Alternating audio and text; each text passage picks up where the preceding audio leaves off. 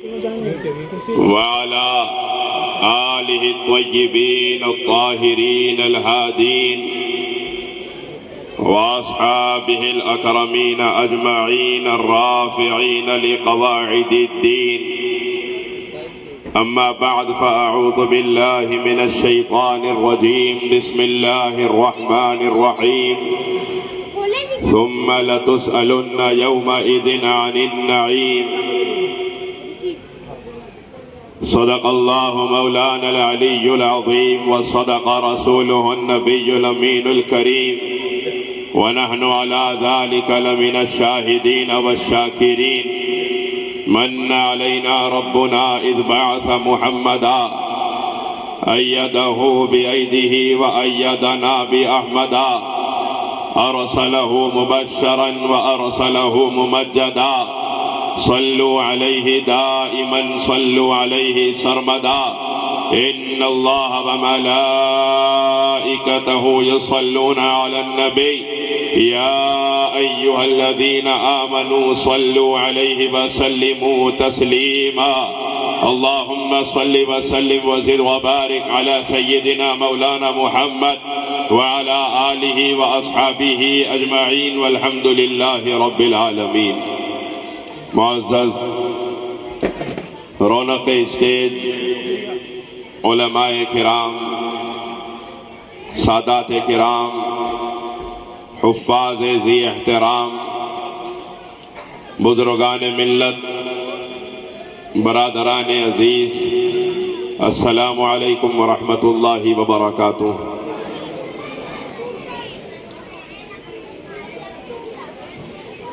مولا کی رحمتوں کا خزینہ نظر میں ہے.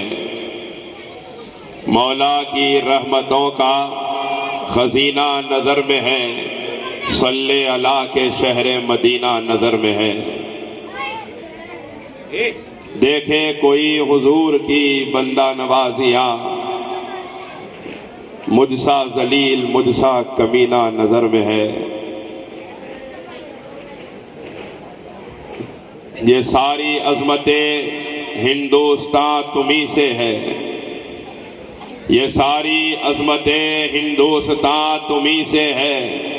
زمین ہند پہ فضل خدا غریب نواز.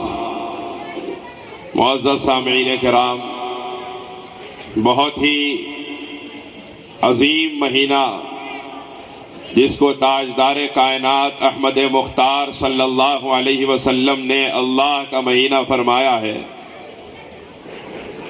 یہ ماہ رجب المرجب جس سے ہم گزر رہے ہیں، جو اس وقت ہم پر سایہ فگن ہے،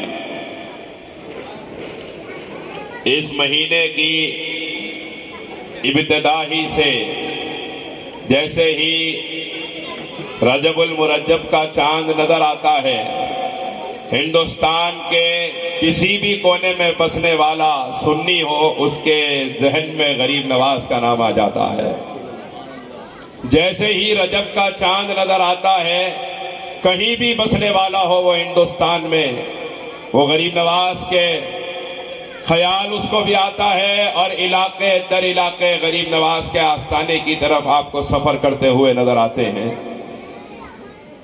اللہ تبارک و تعالیٰ نے جب رجب کی 6 تاریخ گزر جاتی ہے تو پھر اس رجب کے مہینے کو ایک اور عظیم دن عطا فرمایا، جس میں غریب نواز کے اور ساری کائنات کے سیدوں کے دادا جان مولا علی شیر خدا حیدر کرار کرم اللہ تعالی وجہ الکریم کا یوم ولادت آتا ہے. 13 رجب المرجب مولائے کائنات کی ولادت کا دن. یہ وہ نفوس قدسیہ ہے جن کو یاد کرنے والا یہ اعلان کر رہا ہوتا ہے کہ ہم احسان فراموش لوگ نہیں ہیں. کوئی انسان کو ایک مرتبہ کھانا کھلا دے، کوئی ایک مرتبہ قرض کی ضرورت ہو اور اسے قرض دے دے، تو انسان اس کا احسان یاد رکھتا ہے اور اس کو اس کے مرنے کے بعد بھی یاد کیا کرتا ہے. جب ہم وہ لوگ ہیں جن کا احساس زندہ ہے کہ ایک وقت کوئی کھانا کھلائے یا ضرورت کے وقت پہ قرض دے دے، ہم اس کا احسان نہیں بھولتے، تو اس غریب نواز کا احسان کیسے بھولیں گے جس کے صدقے ہمیں اسلام ملا ہے.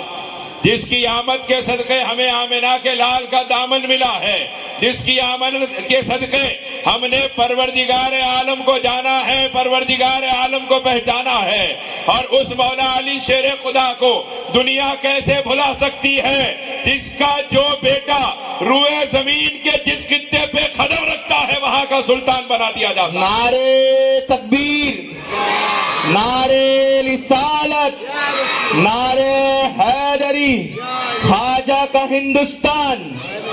آپ تمام علی کی اولاد کا ذکر سننے کے لیے بیٹھے ہیں، اور علی کی اولاد کیا ہے؟ سرکار امام جعفر صادق علیہ السلام ارشاد فرماتے ہیں ثم لتسألن یومئذ عن النعیم۔ اللہ تعالیٰ نے جو قرآن پاک میں فرمایا کہ پھر قیامت کے دن تم سے نعمت کے بارے میں پوچھا جائے گا، امام جعفر صادق فرماتے ہیں وہ نعمت جس کے بارے میں اس امت سے پوچھا جائے گا وہ نعمت کچھ اور نہیں، خاندان آل رسول کی محبت ہے۔ اس خاندان کے بارے میں پوچھا جائے گا کہ یہ خاندان تمہارے درمیان تھا، تم نے ان کے ساتھ کیا کیا؟ اب سنیے، اس خاندان کے ساتھ اچھا جو کرتا ہے اس کو کیا ملتا ہے، اور جو اس خاندان کے ساتھ دشمنی کرتا ہے اس کا کیا اثر ہوتا ہے۔ میرے آقا رحمت عالم صلی اللہ علیہ وسلم ارشاد فرماتے ہیں، جس کو اس حدیث پاک کو تفسیر کبیر میں امام فخر الدین رازی رحمت اللہ علیہ نقل فرماتے ہیں کہ سرکار نے ارشاد فرمایا الا من ماتا الا حب آل محمد ماتا شہیدا۔ لوگوں خبردار ہو جاؤ، جو اہل بیت کی محبت میں مرتا ہے وہ شہادت کی موت مرتا ہے۔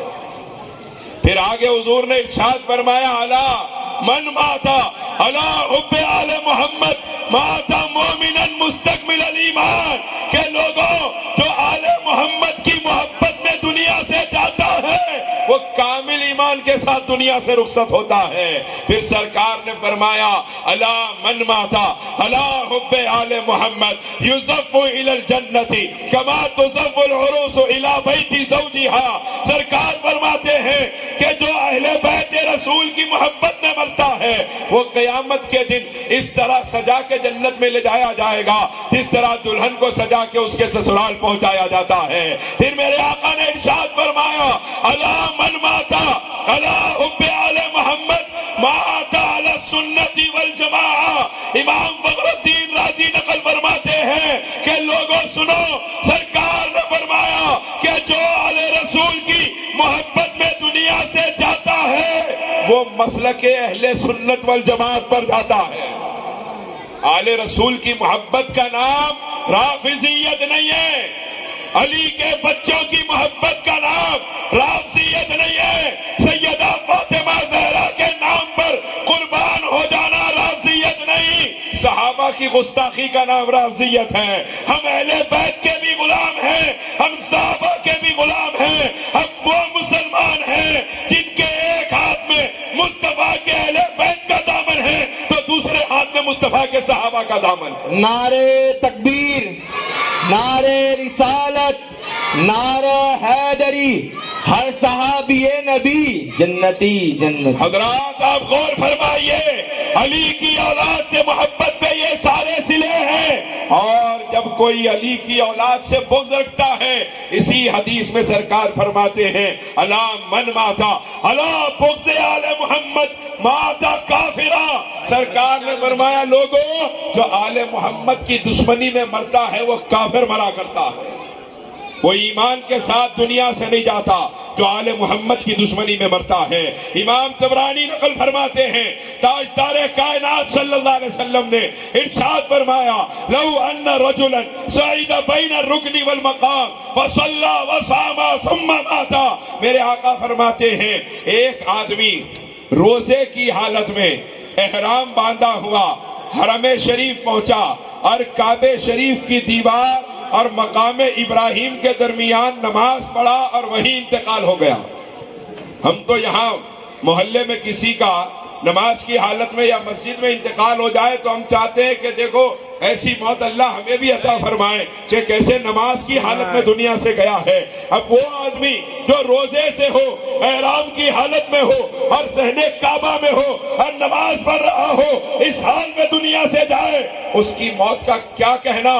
میرے سرکار نے فرمایا ایسے عالم میں اگر کوئی دنیا سے جا رہا ہے کہ احرام میں، روزے میں، نماز پڑھتا ہوا صحن کعبہ میں مرے، وَهُوَ مُبْغِضٌ لِأَهْلِ بَيْتِ مُحَمَّدٍ دَخَلَ النَّارِ، سرکار فرماتے ہیں لیکن میرے اہل بیت کا چاہنے والا نہیں ہوگا، وہ جہنم میں داخل کیا جائے گا۔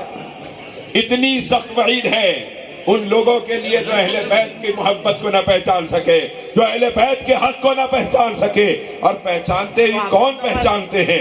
ذرا سنیے، خلیفہ ہارون رشید کا زمانہ ہے اور یہ پریشان ہے بادشاہت کہ کیا کیا جائے۔ ہم بڑی محنتیں کرتے ہیں، جنگیں لڑتے ہیں، حکومتیں حاصل کرتے ہیں، لیکن جسموں پہ حکومت ہماری ہوتی ہے اور دلوں پہ حکومت فاطمہ زہرا کے بچوں کی ہوتی ہے۔ دنیا دیکھ رہی تھی کہ جسموں پہ چاہے کوئی حکومت کرے، جو دلوں کی بادشاہت ہے وہ علی کے بچوں کا نصیب ہے۔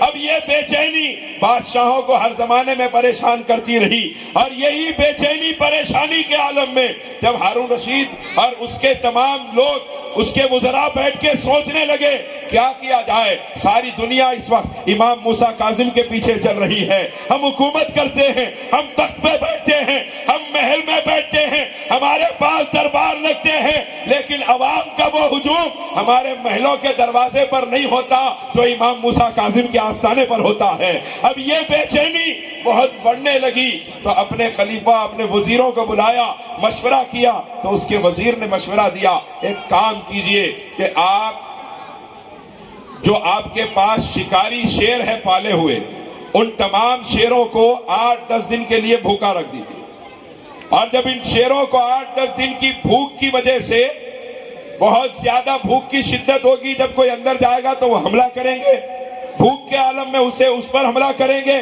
کیونکہ امام موسیٰ کاظم جو ہے جانوروں کی نسلوں کے بارے میں علم رکھتے ہیں کہ کون سا جانور بڑی نسل والا ہے اور کون سا جانور چھوٹی نسل والا ہے۔ امام موسیٰ کاظم سے یہ کہیں گے کہ آپ اندر جائیے اور جانوروں کی نسل معلوم کیجئے، وہ شیر جو 8-10 دن سے بھوکے ہوں گے وہ شیر ان کے اوپر حملہ کریں گے، وہ قتل بھی ہو جائیں گے اور ان کے قتل کی ذمہ داری ہمارے اوپر نہیں آئے گی۔ ہم لوگوں سے کہیں گے یہ تو شیروں کو دیکھنے گئے تھے اور ان کے اوپر شیروں نے حملہ کر دیا، دنیا سے چلے گئے۔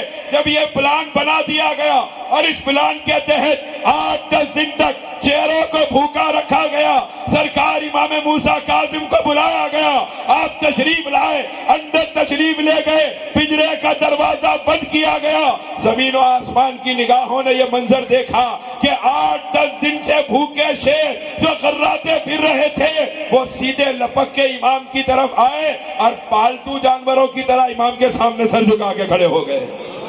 بلکہ میرا یقین کہتا ہے ان شیروں کو جھکا کے اللہ بتا رہا ہے کہ یہ دنیا کے معمولی شیر، ان کی اوقات کیا ہے، ان کے سامنے جو کھڑا ہے وہ شیر خدا کا شہزادہ ہے۔ شیر خدا کے لال کے سامنے اوقات ہی کیا ہے۔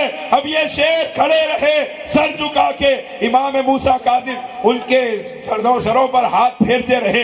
اس کے بعد میں امام موسیٰ کاظم باہر تشریف لائے اور یہ منظر دیکھ کے یہ سارے وزراء حیران ہیں۔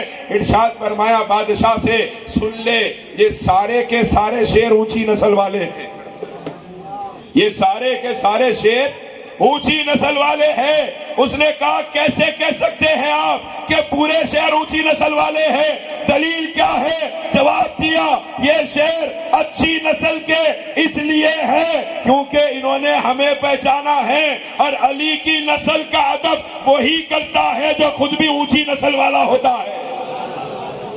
علی کی اولاد کی محبت ہر ایک کا حصہ نہیں ہوتی، یہ پاک ماں اور نیک باپوں کی اولادوں کا نصیبہ ہوتی ہے۔ اللہ تبارک و تعالی ہر ایک کو نہیں دیتا علی کی اولاد کی محبت۔ علی کون؟ میرے آقا صلی اللہ علیہ وسلم نے جسے فرمایا علی تو دنیا اور آخرت میں میرا بھائی ہے، وہ علی جو دوش پیغمبر پہ ہیں اور سرکار کعبے کے اندر مولائے کائنات کو اپنے کندھے پہ سوار کر کے کائنات کو بتا رہے ہیں علی کو نیچا دکھانے والے مٹی میں مل کے ختم ہو جائیں گے، علی کا نام باقی رہے گا، علی کا خاندان باقی رہے گا۔ آپ دیکھیے جتنے لوگوں نے دشمنی کی اس خاندان سے، ان کی نسلوں کا پتہ نہیں، کوئی جانتا ہے یزید کہاں ہے، کوئی جانتا ہے ابن زیاد کی اولاد کہاں ہے، کوئی جانتا ہے ہماری ابن سعد کی اولاد کہاں ہے، لیکن کوئی دیکھے وہ حسین جس کو تنہا شہید ہوتا ہوا دنیا نے دیکھا تھا، علی کا وہ لال جو تنہا دشمنوں کے درمیان شہید ہو گیا، اور دنیا سمجھی کہ قتل کرنے والوں کی نسلیں باقی رہے گی اور حسین کی نسل ختم ہو جائے گی، لیکن قتل کرنے والوں کی نسلیں، ان کے نشان و آثار مٹا دیے گئے۔ حسین کا ایک بیٹا غوث جیلانی کی صورت میں چمک رہا ہے، ایک بیٹا خواجہ اجمیری کی صورت میں چمک رہا ہے، ایک بیٹا محبوب الہی کی صورت میں چمک رہا ہے، ایک بیٹا صابر کلیری کی صورت میں چمک رہا ہے، ایک بیٹا بندہ نواز کے سودراز کی صورت میں چمک رہا ہے، ایک بیٹا مخدوم اشرف سمنانی کی صورت میں چمک رہا ہے۔ پوری دنیا میں جہاں آپ کو روشنی نظر آئے گی وہ سیدہ فاطمہ زہرا کے بچوں کی خیرات سے نظر آئے گی۔ اللہ تبارک و تعالیٰ نے یہ شان، یہ مائک کی آواز اچانک کم ہو گئی تھی، تھوڑا سا بڑھا دیجئے مہربانی۔ اللہ تبارک و تعالیٰ نے یہ شان عطا فرمائی ہے مولائے کائنات اور سیدہ کائنات کے خاندان کو کہ آپ غور فرمائیے حضرات، پوری دنیا کی ولایت کا تنہا بادشاہ، پوری دنیا کی ولایت کا، مشرق سے مغرب، شمال سے جنوب، جس کی ولایت کا ڈنکا بجتا ہے قیامت تک بجتا رہے گا، وہ سرکار غوث اعظم شیخ عبد القادر جیلانی کون؟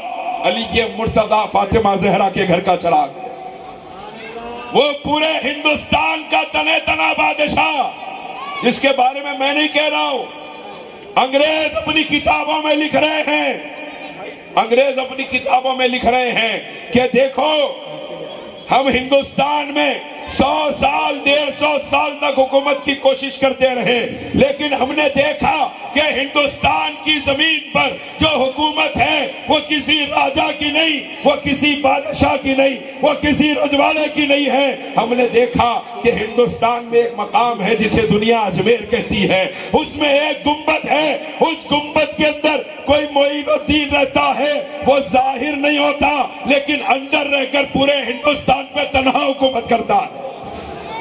یہ معین الدین کون کہ آج ہم ہندوستان والے اپنے وطن عزیز پر جان قربان کرتے رہے، آج بھی کرنے تیار ہیں، کیونکہ ہم جانتے ہیں یہ ہندوستان کسی راجہ کا ہندوستان نہیں، میرے خواجہ کا ہندوستان ہے۔ سرکار غریب نواز کون ہے؟ پورے ہندوستان کی ولایت کا تنہا تاجدار علی مرتضی اور فاطمہ زہرا کے آنگن کا پھول ہے۔ آپ غور کیجئے، وہ نظام الدین اولیاء محبوب الہی جس کے بارے میں علامہ وجیہ الدین چشتی رحمت اللہ علیہ جو معاصرین میں سے ہیں آپ کے، بزم صوفیہ کے اندر یہ واقعہ موجود ہے۔ علامہ وجیہ الدین چشتی رحمت اللہ علیہ ارشاد فرماتے ہیں کہ میں بہت پریشان تھا اور بڑی مصیبت میں تھا، اور مصیبت اور پریشانی کے عالم میں کھانے پینے کے لیے بہت پریشانیاں تھی۔ ایک شخص میرے پاس آئے اور آ کے مجھے کھانا کے سامان بھی دیا، کپڑا بھی دیا، پیسہ بھی دیا، جانے لگے۔ میں نے کہا کہ بھائی کون ہو، اتنا سب کچھ دے کے میری مصیبت کو سکون میں بدل کے جا رہے ہو، کون ہو؟ جواب دیا میں وہ خضر ہوں جس کے ساتھ رہنے کا اللہ نے حضرت موسیٰ کو حکم فرمایا تھا۔ تو حضرت وجیہ الدین چشتی فرماتے ہیں میں حیران ہو گیا کہ جناب خضر تشریف لائے اور میرے اوپر یہ ساری عنایات فرمائی۔ میں نے کہا کہ اگر آپ سے اگلی مرتبہ ملاقات کرنا چاہوں تو کہاں کہ ملاقات کروں؟ حضرت وجیہ الدین فرماتے ہیں حضرت خضر نے جواب دیا وجیہ الدین اگر کہیں مجھ سے دوبارہ ملنا چاہتا ہے کسی اور جگہ جانے کی ضرورت نہیں، نظام الدین اولیاء کی خانقاہ میں آ جانا، تجھے خضر وہی ملا کرے گا۔ یہ ہے نظام الدین اولیاء محبوب الہی۔ یہ کون ہے محبوب الہی؟ علی مرتضی اور فاطمہ زہرا کے گھر کا چراغ ہے، وہ سرکار بندہ نواز کے سودراز جس نے بر صغیر کو لکھنا سکھایا ہے، جو سلطان القلم کہا گیا، بر صغیر کا سب سے پہلا مفسر قرآن، سرکار بندہ نواز کے سودراز کون ہے؟ علی مرتضیٰ اور فاطمہ زہرا کے گھر کا چراغ ہے۔ جب یہ شان دیکھی ان شہزادوں کی کہ شمال سے جنوب، مشرق سے مغرب اگر کوئی چمکتا نظر آ رہا ہے تو علی کے بچے نظر آ رہے ہیں، تب عاشق رسول، عاشق آل رسول نے ان شہزادوں کی شان کو دیکھ کے پکارا تھا، تیری نسل پاک میں ہے بچہ بچہ نور کا، تو ہے عین نور، تیرا سب گھرانہ نور کا۔ اللہ تبارک و تعالیٰ نے اس خاندان کو ایسی فضیلتوں سے سرفراز فرمایا، دنیا نے مولا کائنات کی طاقت در خیبر پہ دیکھی ہے کہ علی نے اپنے ہاتھوں سے اکھاڑا تھا۔ امام حضرت علامہ عبدالرحمن جامی، جن کی کتابیں پڑھے بغیر کسی مدرسے میں کوئی عالم نہیں بن سکتا، وہ علامہ جامی ارشاد فرماتے ہیں، شواہد النبوہ میں نقل فرماتے ہیں کہ مولا کائنات جب کوفہ میں تھے اور بارش کا سلسلہ لگاتار چلا، بحر قلزم بالکل اوپر آ گیا دریا، اور ابھی قریب تھا کہ علاقہ ڈوب جاتا، لوگوں نے آ کے مولا کائنات سے کہا کہ اے علی آپ دعا فرما دیجئے۔ حضرت عبدالرحمن جامی فرماتے ہیں کہ جب لوگوں نے دعا کی درخواست کی، مولا کائنات اندر تشریف لے گئے، اور اندر جا کر مولا علی باہر کس حال میں تشریف لائے ہیں کہ آپ کے جسم مبارک پر سرکار مدینہ کا جبہ مبارک تھا، سرکار کا عصا مبارک ہاتھ میں تھا۔ مولا علی تشریف لائے، دریا کے کنارے کھڑے ہوئے، اپنے عصا سے پانی کی طرف اشارہ فرمایا، لوگوں کی نگاہوں نے دیکھا علی جس طرح اشارہ کرتے جاتے پانی اسی طرح نیچے اترتا چلا جاتا۔ میں نے سوچا حیرت کی بات ہے، دنیا اب تک علی کے ہاتھ کی طاقت دیکھ رہی تھی، یہاں تو علی کے اشاروں کی طاقت کا یہ عالم ہے کہ دریاؤں کا پانی نیچے چلا جاتا۔ اللہ تبارک و تعالیٰ نے علی کو شان ایسی عطا فرمائی، اور ایسا پاکیزہ گھرانہ علی مرتضیٰ کا۔ علی مرتضیٰ ولایت کے اس سلطان کا نام ہے کہ حضرت شیخ احمد سرندی فاروقی مجدد الفسانی رحمت اللہ علیہ ارشاد فرماتے ہیں کہ جتنے لوگ قیامت تک ولایت پائیں گے ان سب کو جو فیضان ملے گا فقط علی مرتضیٰ کی چوکھٹ سے ملے گا۔ حضرت مجدد الفسانی فرماتے ہیں صرف اس امت میں نہیں، پچھلی امتوں میں بھی جتنے لوگوں کو ولایت ملی وہ علی کے فیضان سے ملی ہے۔ ان کو ولایت علی کے نور کے فیضان سے ملی تھی، ان کو ولایت علی کی ذات کے فیضان سے ملی۔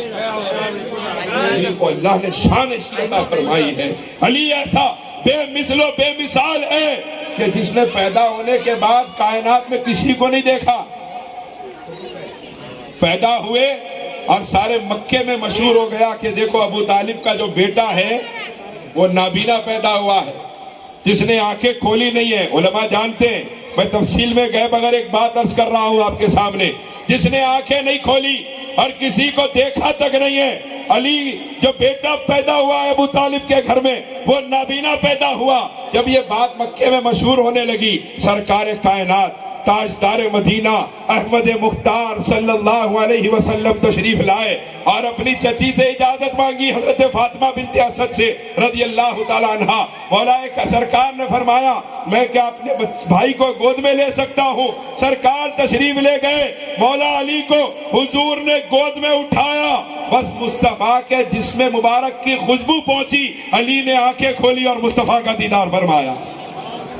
اب آپ غور کیجئے کہ علی نے آنکھیں کھول کر جب مصطفیٰ کا دیدار کیا تو مصطفیٰ تو محبتوں کا صلہ دینا جانتے ہیں، اور سرکار سے بڑھ کے کون جانے محبتوں کا صلہ دینا۔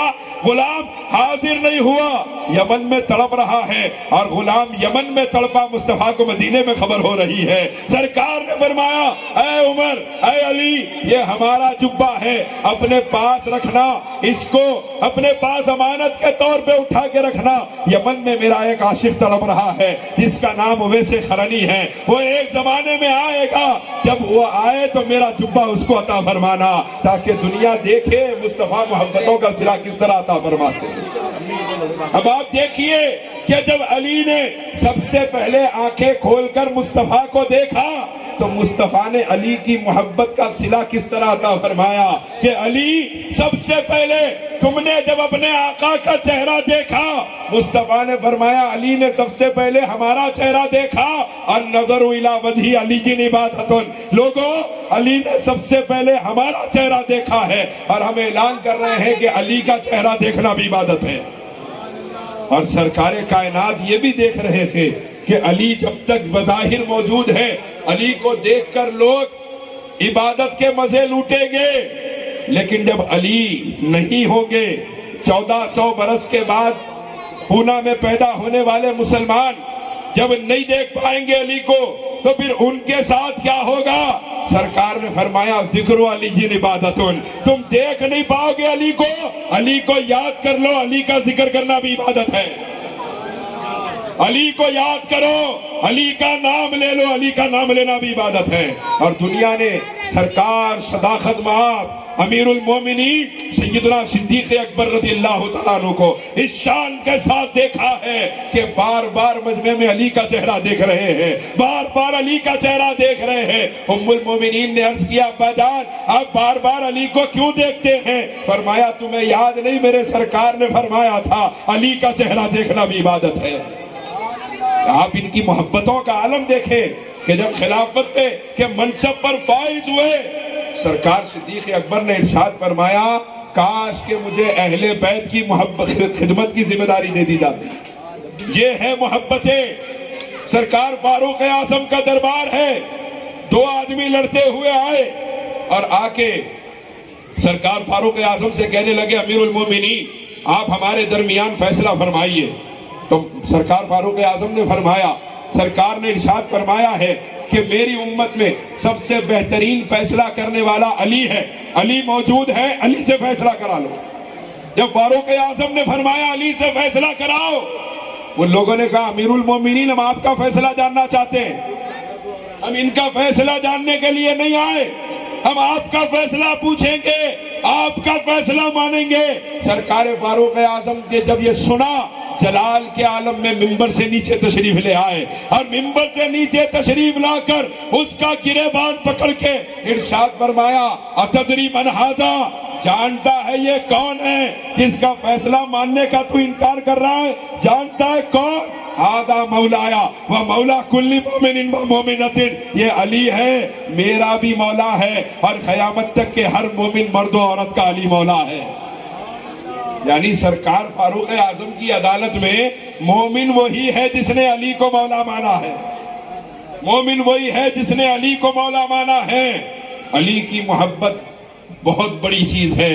اللہ تبارک و تعالیٰ نے صحابہ کرام فرماتے تھے کہ ہم تو علی کی محبت کی وجہ سے لوگوں کو پہچانتے تھے، علی کا نام لیتے تھے، چہرہ کھل اٹھتا تو سمجھ جاتے تھے کہ مومن ہے اور چہرہ مرجھا جاتا تو سمجھ جاتے تھے کہ منافق ہے۔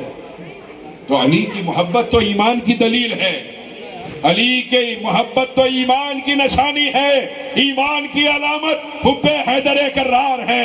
یہ اللہ کا احسان ہے کہ اللہ نے ہم اہل سنت والجماعت کے بچے کو علی کا غلام بنا کے پیدا فرمایا۔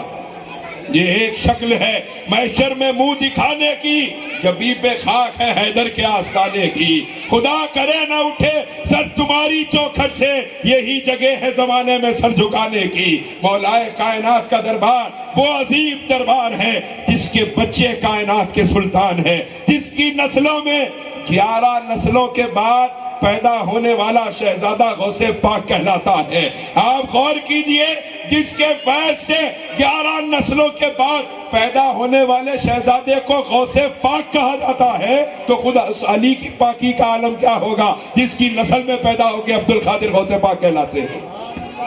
مولا کائنات اور سیدہ کائنات سلام اللہ علیہا، اللہ اکبر۔ میں ذکر کر رہا تھا مولا علی کا، مولا علی کا ذکر کروں تو سیدہ کا ذکر اگر نہ کیا جائے تو یہ ذکر کامل نہیں ہو پائے گا، یہ ناقص ذکر ہوگا۔ ایک بات عرض کروں جو علامہ اقبال نے فرمائی تھی کہ مریم از یک نسبت عیسیٰ عزیز وز سے نسبت حضرت زہرا عزیز۔ علامہ اقبال فرماتے ہیں مریم ایک عیسیٰ علیہ السلام کی ماں ہونے کی وجہ سے بلند ہے، اور فاطمہ زہرا تین نسبتوں کی وجہ سے بلند ہے. وہ تین نسبتیں کیا ہے؟ نور چشمے، رحمت للعالمین، امام اولین و آخرین، وہ اولین و آخرین کا امام، آمنہ کے لال، تاجدار مدینہ، احمد مختار صلی اللہ علیہ وسلم، جو ساری کائنات کے لیے رحمت بن کر تشریف لائے. اس آقا کی آنکھوں کی کوئی ٹھنڈک ہے تو اس ذات کا نام سیدہ فاطمہ زہرا ہے. اس دنیا میں اللہ تعالیٰ نے اس امت میں غوثیت کا جو سلسلہ چلایا ہے، علامہ ابن العابدین شامی، علماء جانتے ہیں یہ کس قدر بڑا نام لے رہا ہوں. علامہ ابن العابدین شامی اپنی رسالہ اجابت الغوث میں فرماتے ہیں کہ عبد القادر جیلانی بھی غوث اعظم ہے. ان سے پہلے امام حسن عسکری غوث اعظم ہے. ان سے پہلے امام علی رضا غوث اعظم ہے. ان سے پہلے امام موسیٰ کاظم غوث اعظم ہے. ان سے پہلے امام جعفر صادق غوث اعظم ہے. ان سے پہلے امام باقر غوث اعظم ہے. ان سے پہلے امام سجاد، امام زین العابدین غوث اعظم ہے. غوث اعظم کا کیا مطلب ہے؟ پوری دنیا کی حکومت میں اللہ جس کو مختار بنا دیتا ہے. اس کے بعد فرمایا ان سے پہلے امام حسین غوث اعظم، ان سے پہلے امام حسن غوث اعظم، ان سے پہلے مولا علی غوث اعظم. اس کے بعد فرماتے ہیں اب سنو، وہ زمانہ جو خیر القرون ہے، سرکار مدینہ کا زمانہ ہے، اس زمانے میں اللہ نے غوثیت کے منصب پر کس کو بٹھایا؟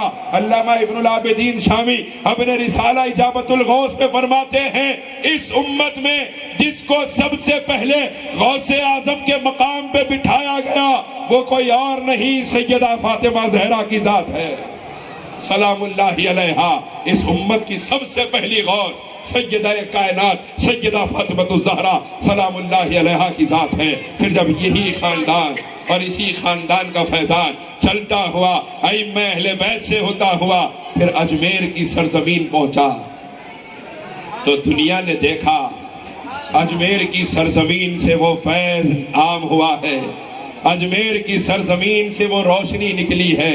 آپ غور کیجئے کون غریب نواز، کون غریب نواز جس نے دہلی کو قطب الدین بختیار کاکی عطا فرمایا، وہ غریب نواز.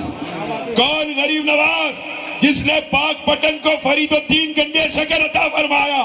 کون غریب نواز جس نے صابر کلیری دہلی کو کلیر کو صابر پاک عطا فرمایا تو دہلی کو محبوب الہی عطا فرمایا. کون غریب نواز جس کے فیضان نے نصیر الدین چراغ دہلوی عطا فرمایا ہے. کون غریب نواز جس کے فیضان نے بندہ نواز کے سو دراز دیا ہے. کون غریب نواز؟ دنیا کہتی ہے غریب نواز نے کوئی کتاب نہیں لکھی، غریب نواز نے وہ کتاب لکھی ہے بر صغیر کی سرزمین پر جس کا ایک صفحہ بختیار کاکی، ایک صفحہ بابا فرید، ایک صفحہ محبوب الہی، ایک صفحہ چراغ دہلوی، ایک صفحہ بندہ نواز، ایک صفحہ مخدوم سمنانی، ایک صفحہ شرف الدین سہروردی ہے. آپ غور کیجئے غریب نواز نے وہ کتاب لکھی ہے جو ہندوستان کے ہر گلی ہر کوچے میں جس کی سطریں آپ کو نظر آئے. نعرے تکبیر، نعرے رسالت، نعرہ حیدری، نعرے غوثیہ، خواجہ کا ہندوستان، حق معید یا معید. حضرات آپ غور فرمائیے کہ غریب نواز کون؟ آپ کی والدہ سرکار امام حسن کی شہزادی سیدہ بی بی ماہنور رحمت اللہ علیہا ارشاد فرماتی ہے جب میرا بیٹا معین الدین ابھی پیدا نہیں ہوا تھا، میرے پیٹ میں تھا، جب میرا بیٹا ابھی میرے بچے کی ولادت نہیں ہوئی، میرا بیٹا معین الدین ابھی پیٹ کے اندر تھا، مجھے پیٹ سے میرے لا الہ الا اللہ محمد رسول اللہ کی آوازیں آتی تھی. آپ غور کیجئے یہ وہ غریب نواز ہے جس نے کلمہ ماں کے پیٹ کے اندر پڑھا اور جب باہر آئے ہیں تو پوری دنیا کو کلمہ پڑھایا ہے، ایک عالم کو کلمہ پڑھایا ہے، بر صغیر کو کلمہ پڑھایا ہے. جب غریب نواز ابھی دنیا میں تشریف لائے، لوگ پہلے ہمارے جیسے نہیں تھے، ہم تو نمازیں چھوڑ دیتے ہیں، فرائض بھی چھوڑ دیتے ہیں. وہ زمانے میں تہجد گزار لوگ ہوا کرتے تھے. اپن بولتے اپنے کو نماز سے کیا کرنا ہے، جمعے کو جا رہے ہیں تو بھوت ہے، جمعے کو جائیں گے نماز پڑھ لیں گے، ارے پھر کب آ رہے ہیں مسجد کو، پھر جمعے کو آئیں گے. کہے کے واسطے دوسرے نمازہ نہیں ہے، ارے مول صاحب آ رہے نا پڑھانے کو، انہوں پڑھا لیتے۔ جنازے کی نماز میں برابر پہنچنا وہ فرض کفایہ ہے، لیکن ہم کیا کریں، فرض نماز کو فرض کفایہ سمجھ لیے۔ مول صاحب پڑھا دیے نماز، مودن صاحب اذان دے رہے ہیں، مول صاحب پڑھا دے رہے ہیں، بس ہے، میں کیا کروں گا مسجد کو جا کے؟ میرے واسطے تھوڑی آواز آ رہی ہے اذان کی، کس کے واسطے آ رہی، کیوں نہ جا رہے؟ حالات ایسے ہیں، زبان سے نہیں بولتے مگر حالات پورے ایسے ہی ہیں۔ وہ زمانہ تھا لوگ تہجد بھی پڑھا کرتے تھے۔ ایک اللہ کے ولی نے دیکھا کہ صبح کا اجالا نظر آ رہا ہے، جب صبح کا اجالا دیکھا تو فوراً اپنے ساتھ والے اللہ کے ولی کو اٹھائے اور فرمایا دیکھو فجر کی نماز کا وقت اختتام پہ آ چکا ہے، آسمان پہ روشنی ظاہر ہو چکی ہے، ابھی چلو تہجد تو چھوٹ گئی، کہیں فجر بھی نہ چھوٹ جائے۔ فوراً دونوں بزرگ اٹھے اور فوراً وضو کر کے مسجد کی طرف چلے۔ جو راستے میں چوراہا تھا اس چوراہے پہ گئے تو حیران ہو گئے۔ حیرانی کا سبب یہ تھا کہ بہت سارے لوگ چوراہے پر جمع ہیں اور یہ باتیں ہو رہی ہیں کہ بھئی فجر کا وقت تو ابھی ہوا نہیں۔ کئی لوگ مسجد جا کر آ گئے، تہجد کا وقت ابھی باقی ہے، فجر کا وقت ابھی ہوا نہیں، لیکن آسمان پہ روشنی کس لیے ظاہر ہو رہی ہے؟ یہ سارے لوگ جمع ہو کر کھڑے ہی تھے۔ شہر سنجر میں ایک شخص دوڑتا ہوا آیا اور کہنے لگا لوگوں یہ روشنی جو آسمان پر ہے یہ فجر کے بعد کا اجالا نہیں، غیاث الدین حسینی کے گھر میں معین الدین کی ولادت ہوئی ہے۔ یہ وہ شہزادہ ہے کہ دنیا میں آیا تو آسمان روشن کر دیا ہے، اور جب ہندوستان میں تشریف لایا تو گلی گلی اور کوچا کوچا ہندوستان کا اسلام سے نعرے تکبیر، نعرے رسالت، خواجہ کا ہندوستان، نعرے خواجہ۔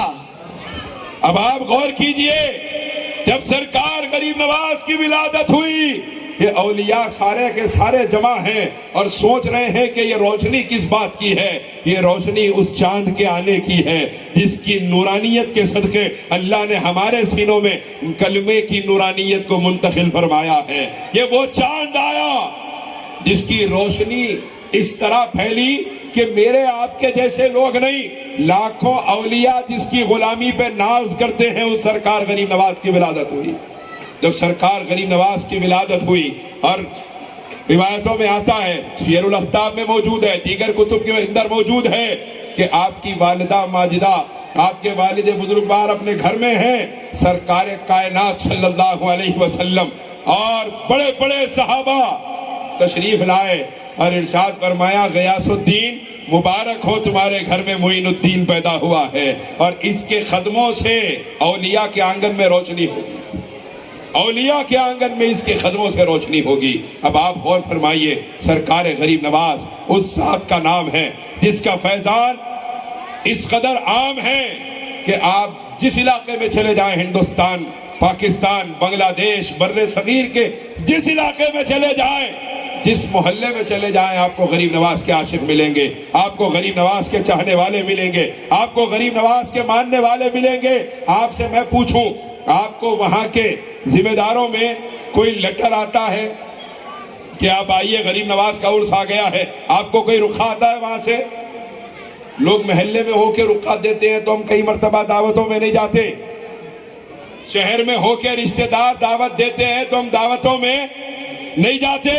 آپ نے دیکھا کبھی کوئی دعوت نامہ آیا اجمیر شریف سے یا پوسٹر چھپا کہ آؤ غریب نواز کا عرس ہے؟ نہیں، لیکن لاکھوں کا اشتہام بغیر بلائے کے ہر رجب کی 6 تاریخ کو سرکار غریب نواز کے آستانے پہ حاضر ہو کے بتا رہا ہے ہم رعایا اپنے سلطان کو سلامی پیش کرنے کے لیے آتے ہیں۔ اور اسی طرح آپ دیکھیے اللہ یہ بھی بتا رہا ہے کہ وہ چراغ جن کو مولا علی شیر خدا نے روشن کر دیا ہے، صبح قیامت تک کسی آندھی کی اوقات نہیں کہ ان چراغوں کو بجھا کے دکھا دے۔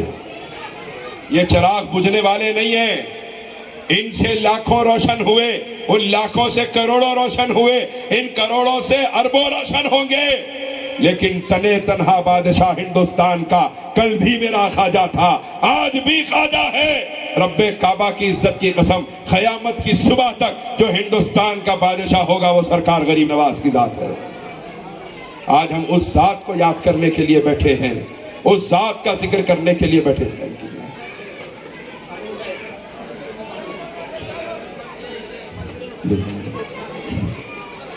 آج اس ذات کو یاد کرنے کے لیے ہم بیٹھے ہیں، لیکن جب یاد کی بات آتی ہے ہم بہت خوشی سے یاد کرتے ہیں، بہت خوشی سے تذکرے کرتے ہیں، لیکن جب ان کی تعلیمات کی بات آتی ہے، ان کی فکر کی بات آتی ہے، ان کے نظریات کی بات آتی ہے، ہم بھول جاتے ہیں کہ ہم کس کے غلام ہیں، ہم بھول جاتے ہیں کہ کس کا دامن ہمارے ہاتھوں میں ہے۔ حضرات آج غور کیجئے، سرکار غریب نواز کے فیضان نے اس دنیا میں حیا کو عام کیا تھا، اس دنیا میں اخلاق کو عام کیا تھا۔ آج ہمارے معاشرے کی بے حیائی کا عالم، آپ خود غور کیجئے، ابھی آج 12 تاریخ ہے تو پرسوں 14 ہے، 14 کو کیا ہے؟ ویلنٹائن ڈے، اور بڑی بے شرمی کے ساتھ مسلم معاشرے کے اندر عام ہو چکا ہے۔ اچھا، اور بچے بہترین تیار ہو کے نکل رہے ہیں، والد صاحب بول رہے ہیں اب جوانی میں نہیں کرا تو کب کرتا صاحب، اب جوانی ہے، اب ایک ہی بار آتی۔ ایک صاحب کو میں نے دیکھا، بچہ جا رہا ہے، میں نے کہا ارے آج یہ تاریخ میں یہ عالم ہے، تو بولے اب کیا کریں گے صاحب، جوانی ہے، ایک ہی بار آتی جوانی۔ میں نے کہا جوانی بھی ایک ہی بار آتی، موت بھی ایک ہی بار آتی، دوسری بار آتی؟ ایک بار آ گئی تو لے کے چلے جاتی۔ یہ اپنی جوانیوں کو خدا کے واسطے نوجوانوں برباد مت کرو، اپنی جوانیوں کو خدا کے لیے تباہ مت کرو، تاکہ مرے تو اس حال میں مرے کہ اپنے سرکار کو ہم وہ دکھانے کے قابل رہے۔ اپنی آج بچیوں کی عزتیں پامال ہو رہی ہیں، خاندانوں کی عزتیں نیلام ہو رہی ہیں۔ آج مخلوط نظام تعلیم کے نام پہ، کو ایجوکیشن سسٹم کے نام پہ جو گندگی معاشرے کے اندر پھیل پڑی ہے پوری دنیا کے اندر، اور بالخصوص ہمارا مسلم معاشرہ جو اب تک ان گندگیوں سے پاک تھا، کو ایجوکیشن کے نام پر جو پارکوں میں اور ہوٹلوں میں خاندانوں کی بچیاں عزتیں نیلام کر رہی ہے۔ میں یہ نہیں کہہ رہا کہ اپنی بچیوں کو مت پڑھائیے، میں یہ نہیں کہہ رہا ہوں کہ تعلیم مت دلوائیے، بالکل پڑھائیے، بالکل تعلیم دلوائیے، اچھے سے اچھی تعلیم دلوائیے، لیکن یہ کوشش رہے کہ میں اپنی بیٹی کو ساتھ لے کر جاؤں اور اپنی بیٹی کو ساتھ گھر لے کر آؤں۔ اگر میں یہ نہ کر سکا تو مجھے احتیاط کرنا چاہیے، کیوں کہ ہماری بچیوں کو وہ ڈگری نہیں چاہیے جو خاندانوں کی عزتوں کو نیلام کرنے کے بعد ملتی ہے۔ ہماری بچیوں کو سیدہ فاطمہ زہرا کی کنیز ہونے کی سند کافی ہے، ہماری بچیوں کو سیدہ کائنات کی غلامی کی سند کافی ہے۔ اور وہ کیا زندگی ہے جو اپنے بچوں کو، اپنے بچیوں کو ڈاکٹر اور انجینئر بنا گئی، وہ زندگی کیا کام کی جو اپنی اولاد کو ڈاکٹر اور انجینئر بنا گئی لیکن محمد عربی کا غلام نہ بنا سکی۔ ہماری زندگی کا سب سے بڑا سرمایہ سرکار مدینہ کی شریعت ہے، سرکار کی شریعت سے بڑھ کے ہمارے پاس کچھ بھی نہیں ہے۔ آج بے حیائی کا عالم یہ ہے کہ نوجوان دن بھر تو لوگوں میں رہتا ہے، لیکن رات کے وقت میں جب اندھیرے میں نوجوان موبائل فون لے کے اپنے کمرے میں جاتا ہے، وہ شیطان کا غلام بن جاتا ہے۔ غلط کہہ رہا ہوں میں یہ بات؟ یہ شیطان کا غلام بن جاتا ہے۔ وہ کیا